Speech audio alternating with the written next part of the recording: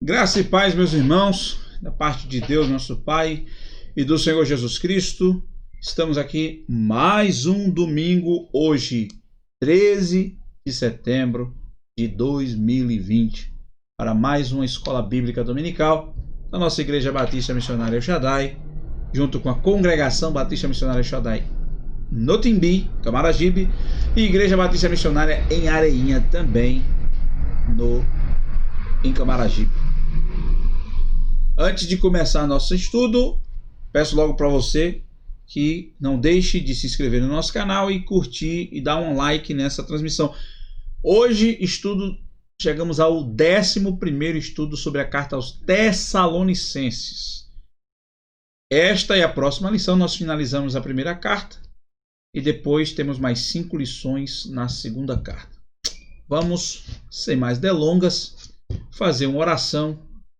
E nessa oração agradecer a Deus por este dia maravilhoso que Ele está nos concedendo e pedir que Ele abra o nosso coração para aprender um pouco mais da Sua palavra. Oremos ao Senhor.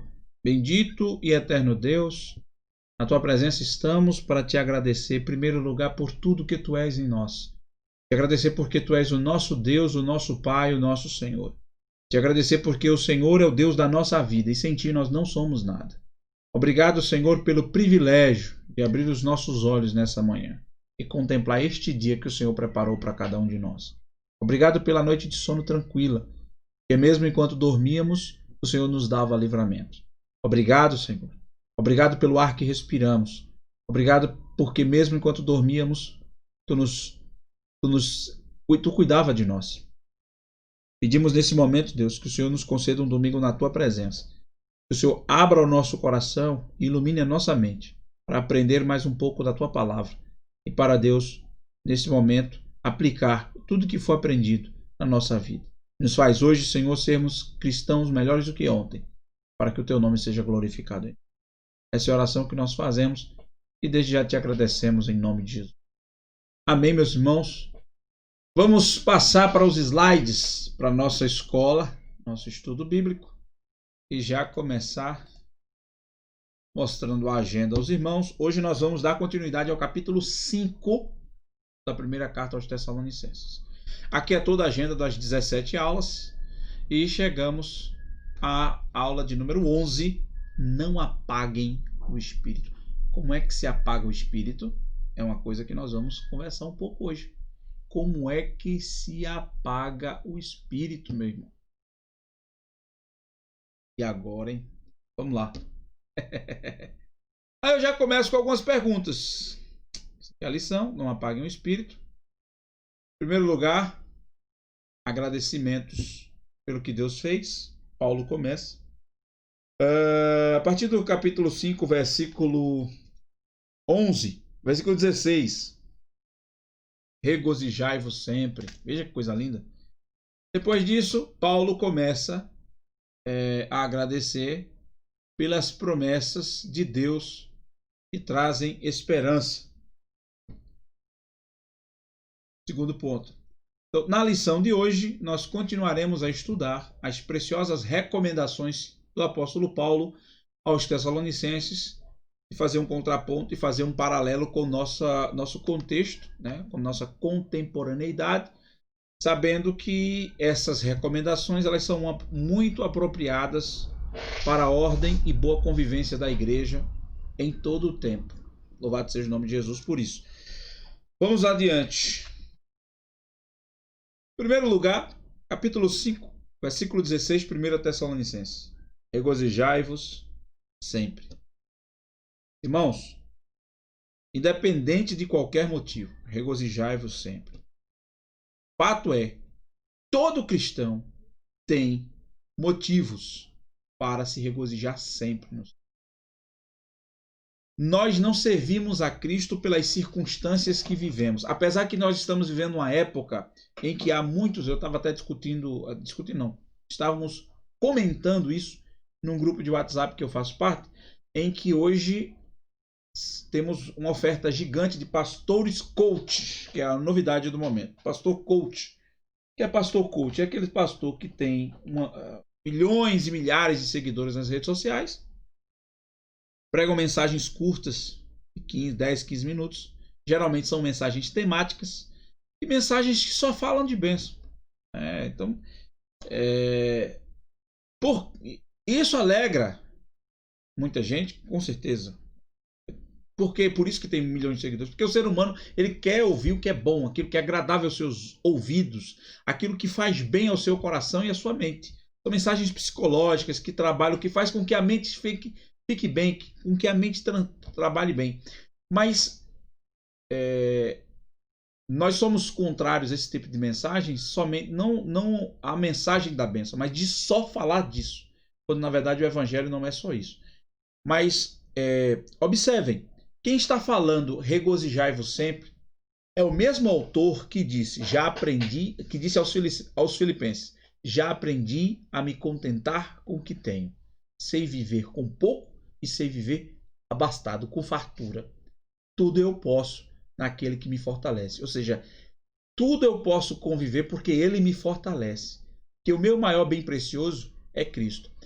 Quem manda alegrai-vos sempre é o mesmo autor que diz assim, o viver para mim é Cristo e o morrer para mim é ganho. Né? Então, por que é possível, Linaldo, se regozijar sempre? Sim. Mesmo que eu esteja passando pela maior prova do mundo, maior prova da minha vida, é possível se regozijar? Sim. É possível me regozijar com alguém da minha família numa cama, num estado terminal? Sim.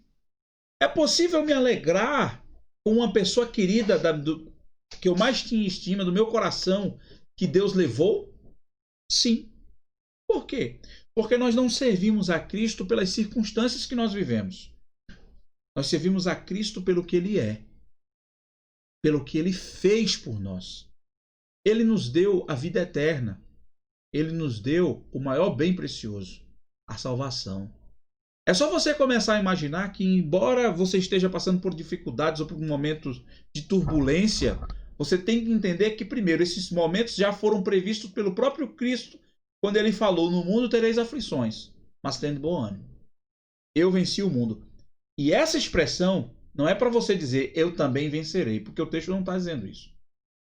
No mundo tereis aflições, mas tende bom ânimo. Jesus disse, eu venci o mundo. Isso significa dizer que ele venceu o mundo e nós o servimos. Então nós já vencemos o mundo. Por quê?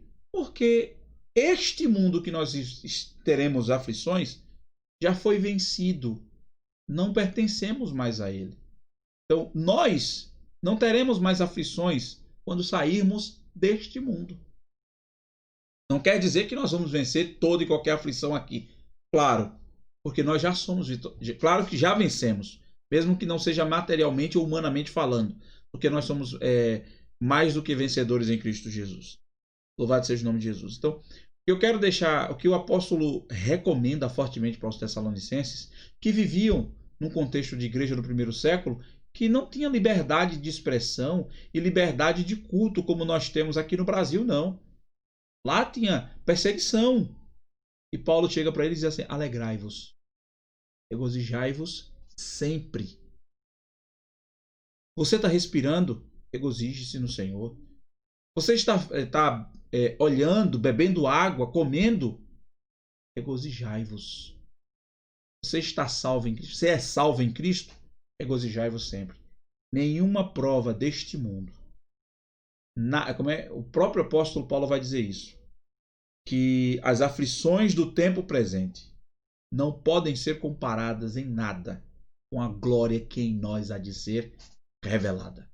Ou seja, é possível regozijar sempre no Senhor, porque Ele está conosco, Ele está no nosso barco, Ele é o nosso Deus, Ele está no controle de tudo, Ele é o Criador, o sustentador e o mantenedor de todas as coisas.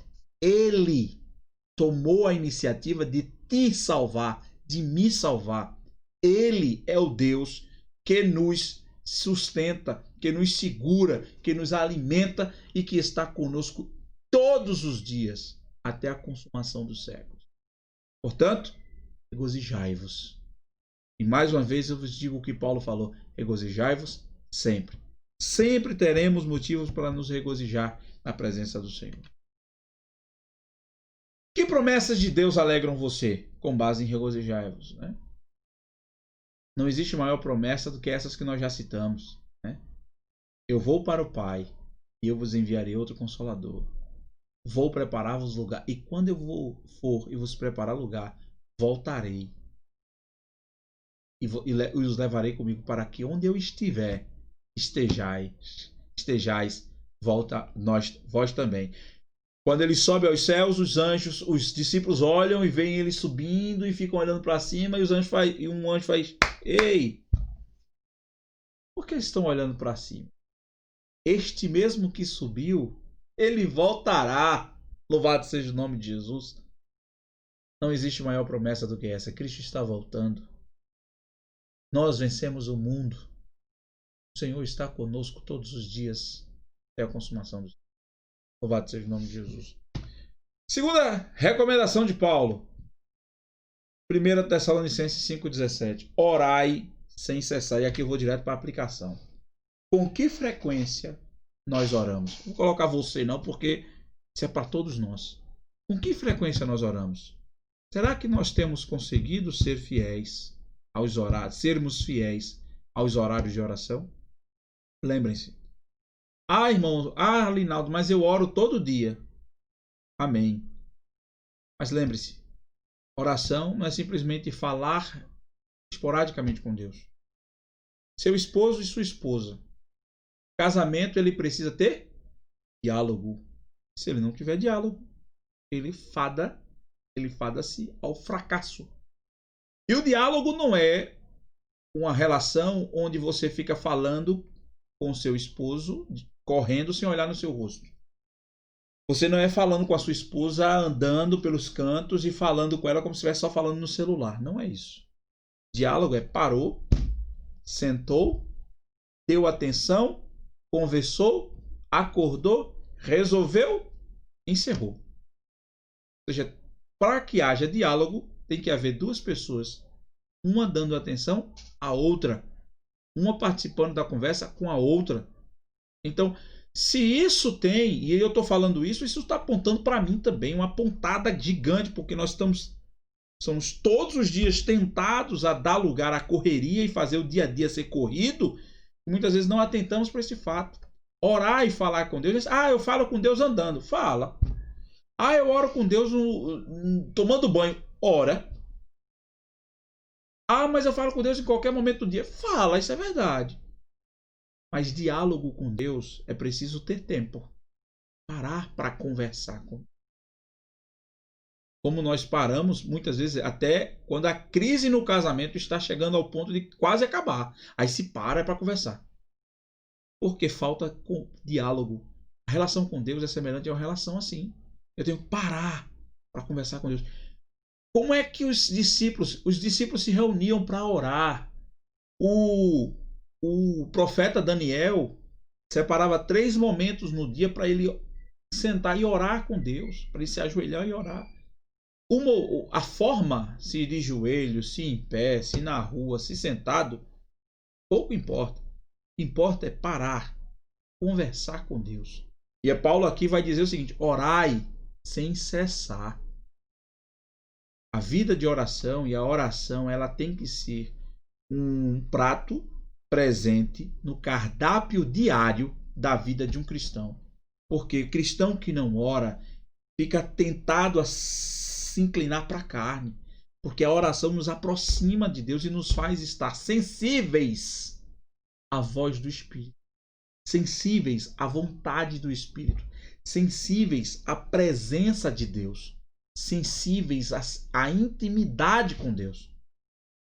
Então, precisamos urgentemente definir momentos de oração a sós com Deus. Momentos de oração onde nós conversamos com Deus, onde deixamos Deus falar conosco. Esses são pontos que nós não podemos abrir mão. Louvado seja o nome de Jesus. Terceira recomendação de Paulo. Versículo 18. Em tudo dai graças, porque esta é a vontade de Deus em Cristo Jesus para convosco. Lembrando, em tudo. Não é por tudo. Deem graças em todas as circunstâncias.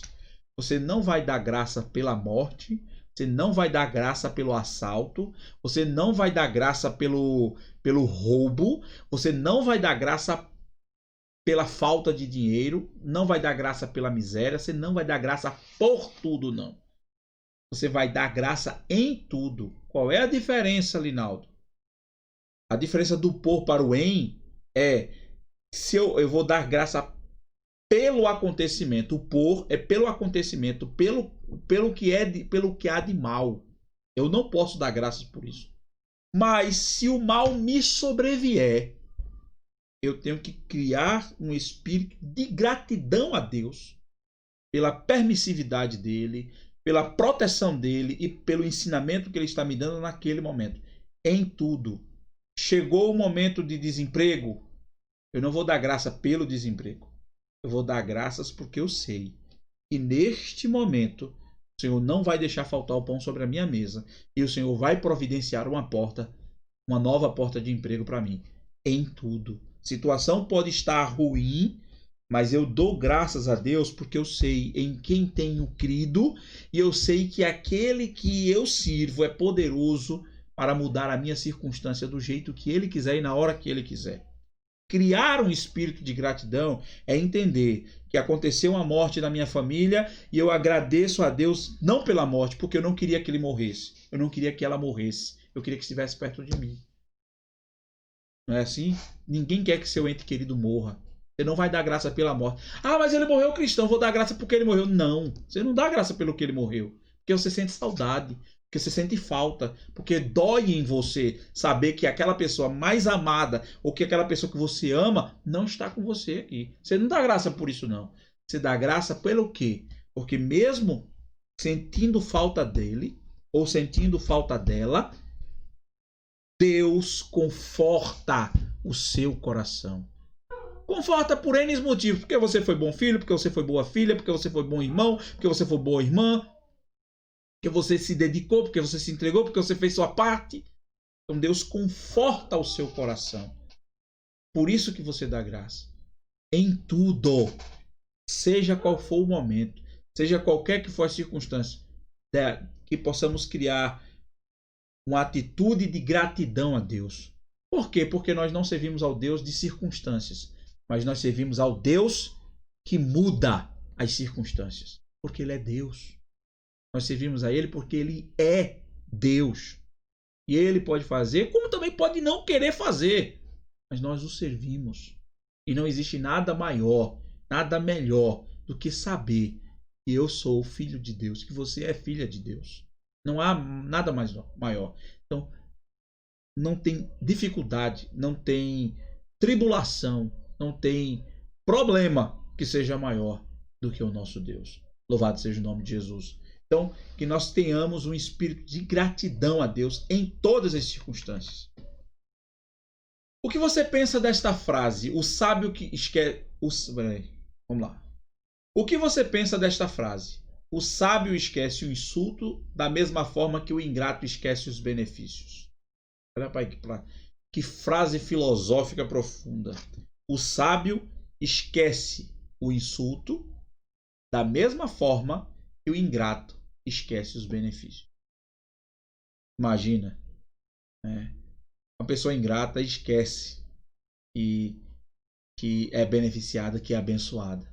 Quantas pessoas estão no seio servindo a Cristo e cheia de ingratidão, meu amado, ou colocando a culpa em Deus pelos seus fracassos. Meu amado, precisamos criar um espírito de gratidão em tudo.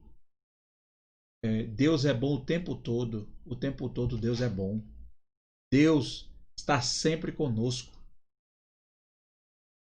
Criar um espírito de ingratidão não ajuda você, não me ajuda a ser um cristão melhor, porque coloca em Deus a culpa por todos os fracassos da vida. Tem pessoas que arrumam desculpa para tudo, para colocar nos outros a culpa pelos seus fracassos.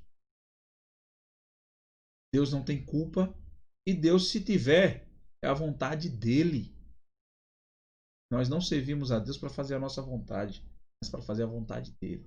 Portanto, que tenhamos um espírito de gratidão para dar graças a Deus em todos os momentos, sejam eles bons ou sejam eles ruins.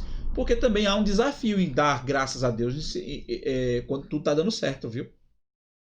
Porque a vontade é que o ego apareça e faça com que nós creiamos que é o nosso mérito que está fazendo as coisas darem certo. É Deus. Tudo é Deus. Se está dando tudo certo, dê graças a Deus. Se está dando tudo errado, aprenda a dar graças a Deus, porque Ele te faz passar pelo deserto e não deixa você ir sozinho. Ele está com você todos os momentos. Louvado seja o nome de Jesus. Segundo ponto, mandamentos específicos. Capítulo 5 de 1 Tessalonicenses, do versículo 19 ao 22, diz o seguinte: não apagueis o espírito. Versículo 20. Não desprezeis as profecias. 21. Examinai todas as coisas, retende o que é bom. Abstende-vos de toda aparência do mal. Primeiro ponto, não apaguem o espírito. E aqui vem ó. Pense nesta frase de Charles Ryrie, um comentarista bíblico. O espírito, e aí eu vou não apaguem o espírito. Essa frase responde a pergunta: como é que eu apago o espírito na minha vida, Linaldo? E aí a frase de Charles Ryrie responde essa pergunta. O espírito é apagado sempre que o seu ministério é abafado na vida de um indivíduo ou da igreja. Quando o espírito ele é abafado. Quando o ministério do espírito...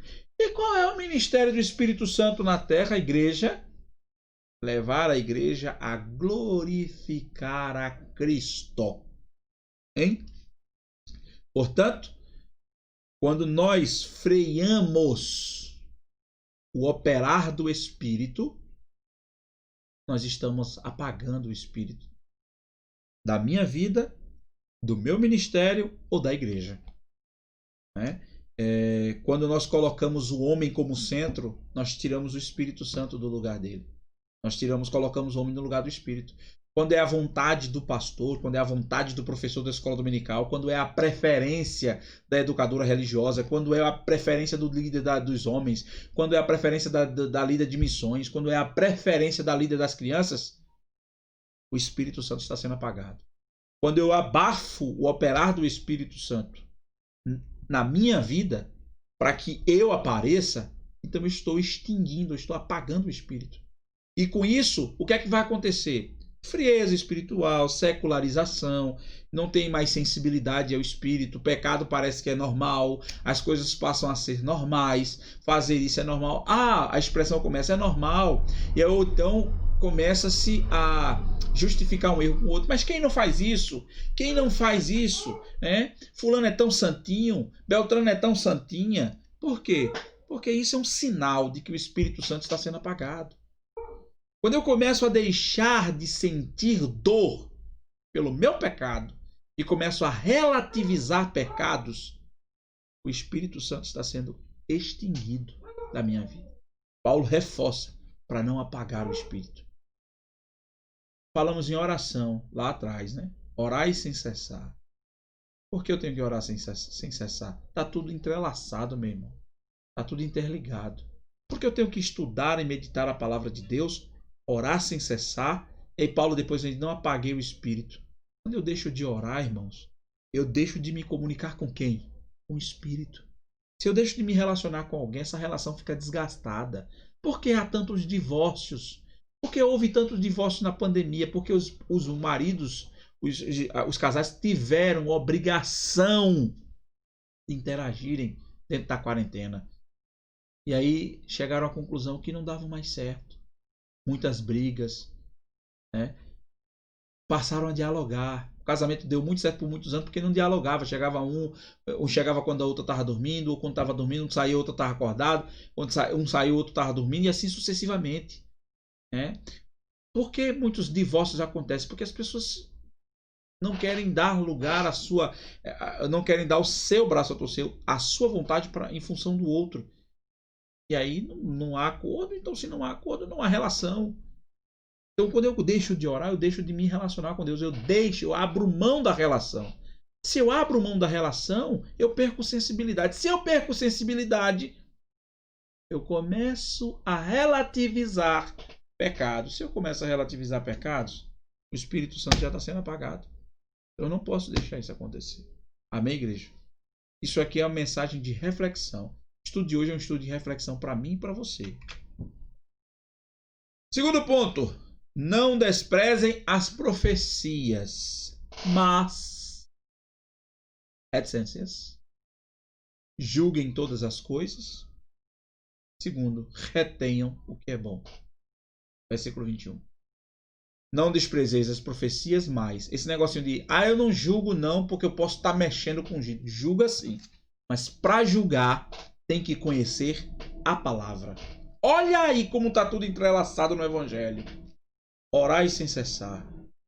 Não apagueis o espírito. Não desprezeis as profecias, mas julguem todas as coisas e retenham o que for bom. Como é que eu julgo se eu não conheço? Para eu julgar, eu tenho que conhecer. Para eu julgar, eu tenho que entender. E para eu entender, eu faço o quê, irmão? Tenho que ler, meu irmão. Tenho que ler, minha irmã. Tinha um comercial na década de 90 do Jornal do Comércio, que ele dizia o seguinte: para saber, tem que ler. Eu trago esse jingle, esse comercial para a leitura bíblica.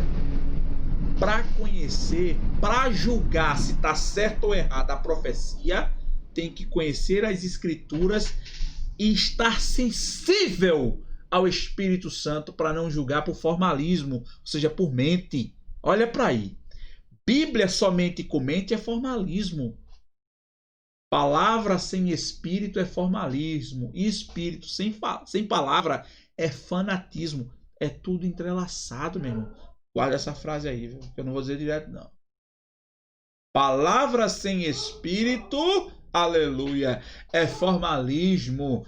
E espírito sem palavra, a igreja pode dizer, glorifica! É fanatismo.